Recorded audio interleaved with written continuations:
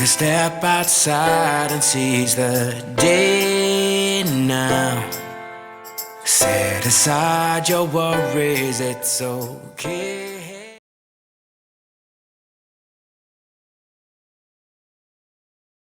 Hey guys, welcome to my channel. Welcome to my quarantine, I should say. My home, where I won't be leaving for the next 16 days.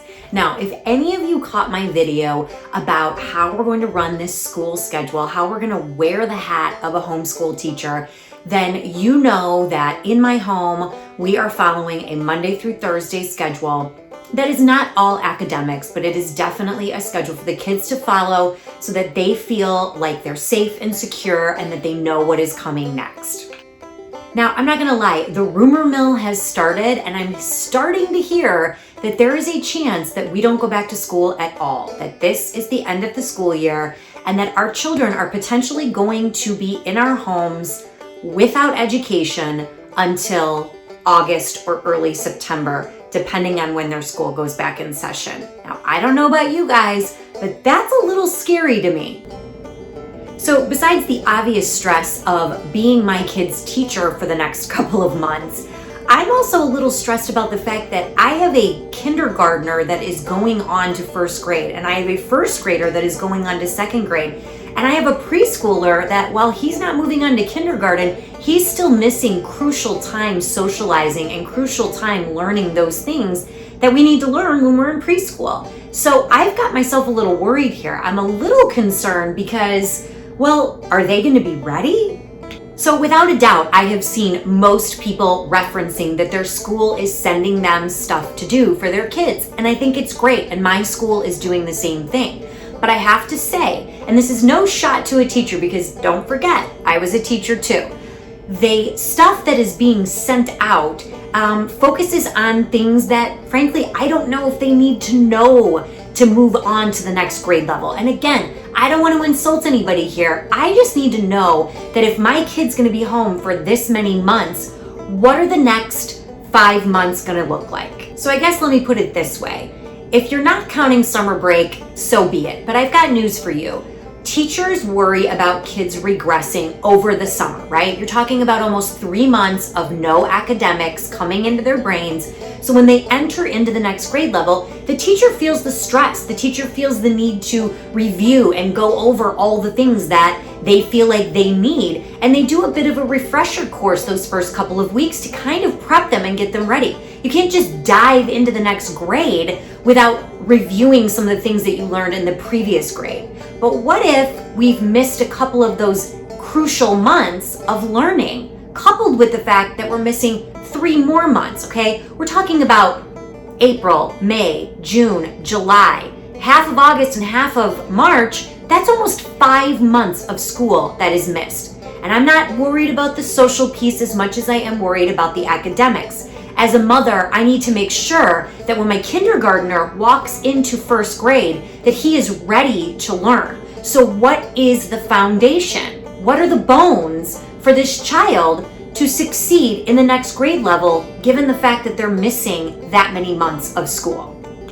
So the very first thing I asked myself is if I could only teach them 5 things in those subjects of math and reading and writing, and I could only teach them 5 things, what would those 5 things be? What would be the most important things? Now, would it be learning if something can sink or float in science? Not that that's not important, because I want you to understand, I think all the subjects are important, but that's not where we're at right now. We are put in this position, and I need to make sure that when my child walks into the next grade, that they have the structure and the bones and the most important things to walk into that next grade level. And frankly, I just don't think that knowing what a community helper does in their community right now is what I want to focus on as their mom/teacher. So here is what I did.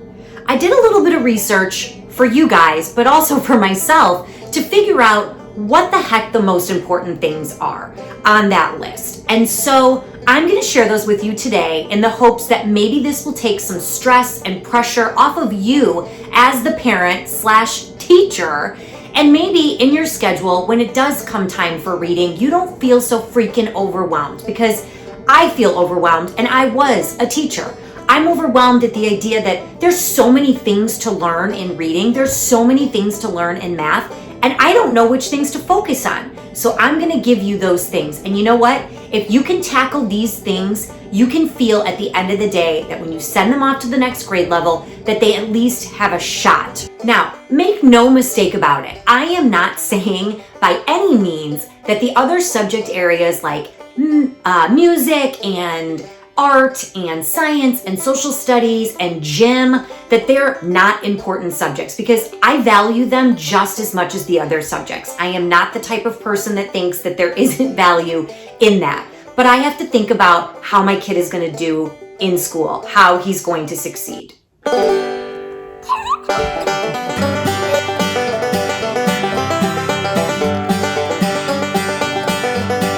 So I'm going to do these for you in order. So if you don't have a child that fits this criteria, then you go ahead and fast forward right through it. I've got no problem with that. Stick with what is relevant. So I'm going to start at the preschool level, and I'm going to stop at the 3rd grade level. I did not go past 3rd grade, and I'm sorry to those people out there that have kids in that grade level, but if you need resources, please reach out to me. I can tell you where I got my resources and my information from. So let's get started. If you have a preschooler who is either going on to the next preschool level or they are moving on to kindergarten, here are the things you need to focus on. Number 1, alphabet. Can they identify the alphabet, uppercase and lowercase? Just by looking at it, you can simply do this by flashcards or showing them in books or text throughout your house. The next thing is counting to 20. Can they count to 20 verbally? If they can, great, move on. Retelling a story. When you read to them, can they tell you what the story was about? That's it. Simple. Read them a story, ask them some questions, see if they heard what the story was about. That is just listening comprehension, and it is so important. Next thing, identifying shapes. I'm not talking about rhombus. I'm talking about triangle, circle, square, simple shapes. Can they identify them? Do they see them in the world? And I know we're not going out in the world too much, but when you're on a walk, do you see things that have those shapes, okay? In the house, when you're cooking, things like that. Can they write their name? You should be focused on this. Practice it as much as you can. Make it legible. Get them, show them how to exactly do the capital letter in it. I've got my cheat sheet here, guys, if you're wondering why I keep looking down. I certainly have not memorized these things. Finally, identifying colors. Can they do it? Do they know the colors? And again, they don't need to identify the color teal.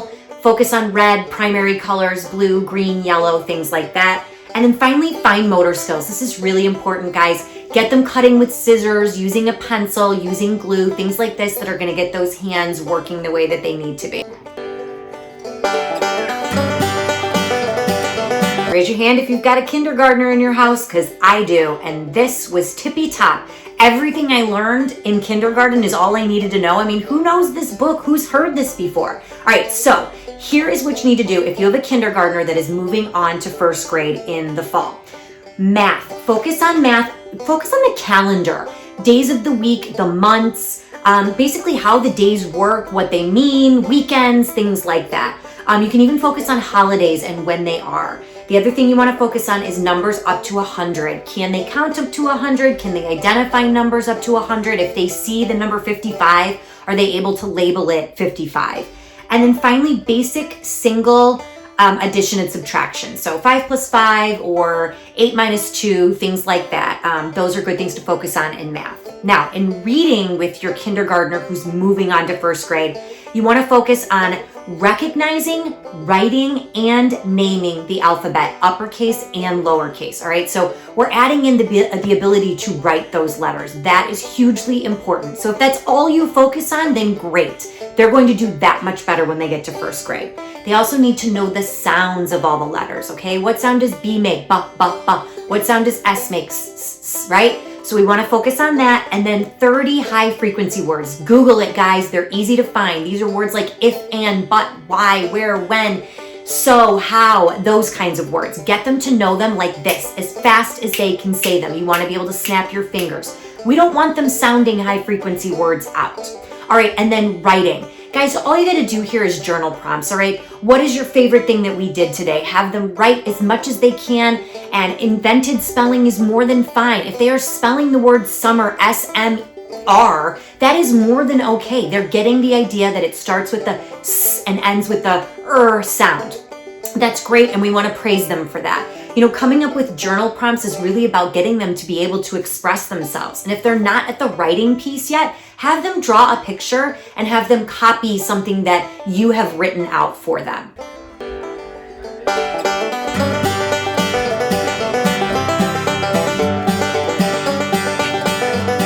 All right, who's got a first grader in their house? I know I do, so this is also important to me. Things you want to focus on in reading with your first grader. Capitalization, punctuation. Every sentence starts with a capital letter, capitalizing names, capitalizing states, and putting periods. I know my first grader still is forgetting her periods, so anything you can do to help them with that, focus on it. You want to focus on nonfiction versus fiction. So just show them the differences, guys. Get out your books in your library and show them the differences.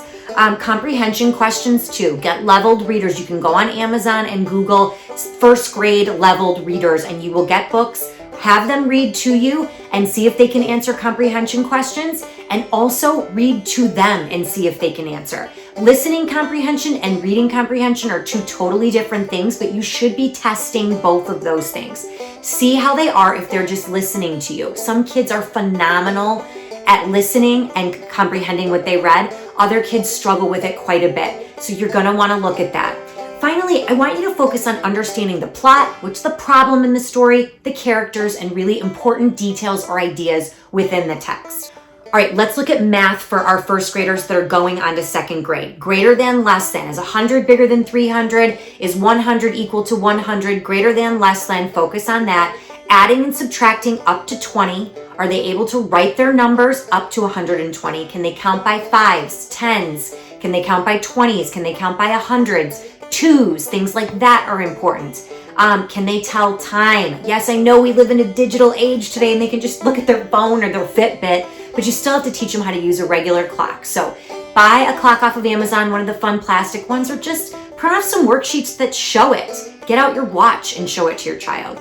And then understanding simple data. You guys have them do a bar graph. You know, take a poll, call grandma up and ask her what her favorite ice cream is. Call up your aunt or your uncle and ask them what theirs is, and do a little bar graph just to show them how to interpret the data. Who likes chocolate ice cream the most? Which had the most likes, the most dislikes, things like that. And then word problems, guys. These aren't going away. You're gonna have these forever. Helping them with word problems, but also how did they get their answer, okay? Figuring that out is important, especially in this Common Core world that we have. All right, and then last but not least, let's talk about writing for your first grader that's moving on to second grade. You want to focus on structure now, guys. Do they have an intro to their story? Do they have details in the story? And do they have closure at the very end of it? Focus on that with them. And then focus on a variety of writing. Don't just let them write about what I did on my summer vacation. You know, you want to have them focus on things like a narrative piece, you know, a story that they can tell about something that happened to them. Maybe the time that they, split their head open and fell off their bike. You know, see if they go off on tangents when they're writing about that. Also, maybe do an informative piece. Have them get on the internet, look up information about ducks, and write an informative piece about ducks. Having them be able to do research and take notes is really good too. So you might want to focus on that.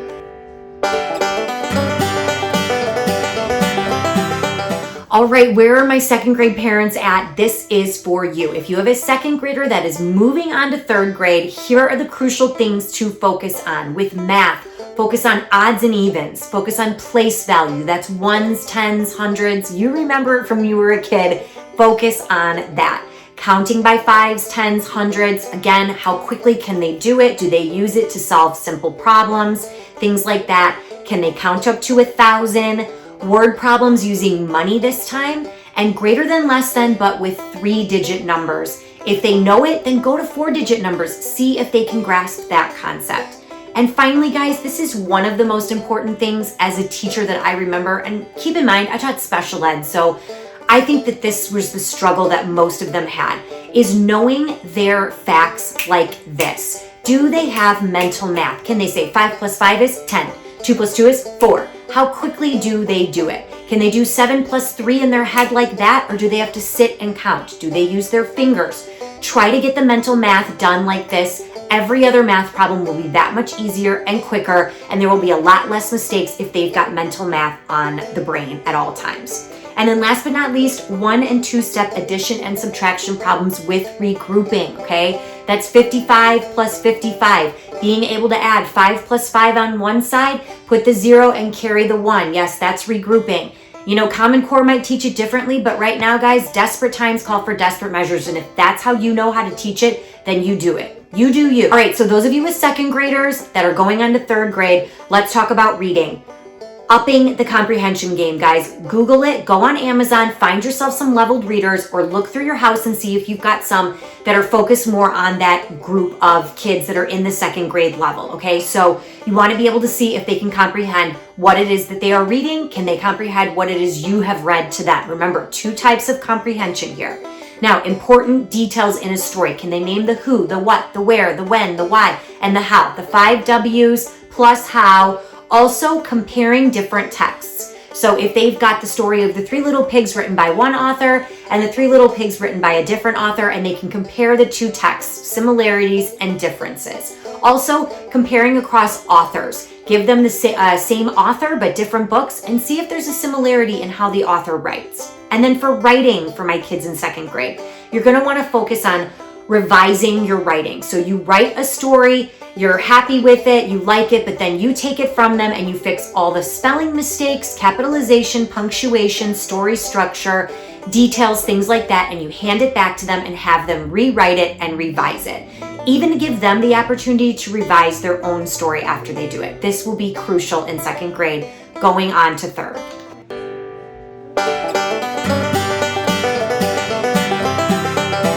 But for the third graders, my last grade that I'm going to cover, you guys. So if you have a third grader that is going on to fourth grade, these are the things you're going to want to focus on in math. In math, focus on multiplication and division. Multi-step word problems, rounding to the nearest 10 or the nearest 100. Can they create a graph and interpret it? And finally, they are able to solve a problem using time and measurement. Now, with reading, again, comprehension is hugely important. Get them a third grade text. Can they read it? Can they comprehend it? If so, then great. The other thing you want to focus on is a variety of different texts. So not just the fun, pig and elephant stories. You want to get into different things, biographies, focus on science type reading, all those different variety of texts, poetry, fables, things like that. And again, focusing on books by the same author and noticing the differences and similarities. And then with writing, you're going to want to have them start using examples in their text. So examples of things they've learned or examples of things that have happened, maybe if it's a narrative.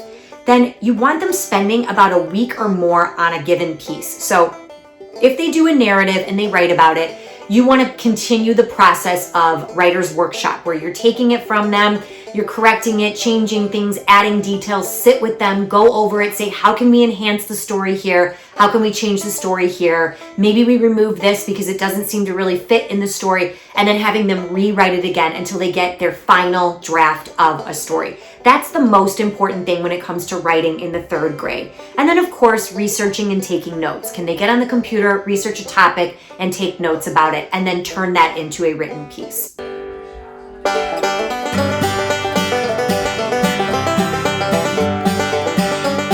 So that's all I've got for you guys today. I hope you've enjoyed the video. Please understand, you guys, that none of us thought we would be in this situation. I just cannot believe in just overnight I have become my kids' teacher, their gym teacher, their science teacher, their social studies teacher, on top of being their mom and their cook. Basically every single hat that you could possibly wear when it comes to your children, you are wearing it. And it's rough. I get it. It's stressful. Take the pressure off. You know what? If you have a day where you just cannot do it, then don't do it. If the stuff that the teacher is sending you is overwhelming, or it's not making sense to you, or frankly, you just don't understand the relevance of it, then focus on these things, okay? Focus on the things that are going to be the bones, the stuff that is going to get them feeling good and confident when they enter the next grade level. I wish you the best of luck on all of this. If you loved this video, please subscribe for more videos like this. I promise they're not all gonna be Corona quarantine related. I've got fun ones coming your way soon, like potty training, which you might wanna get started on if you're stuck in your house anyway. Have a great day, guys.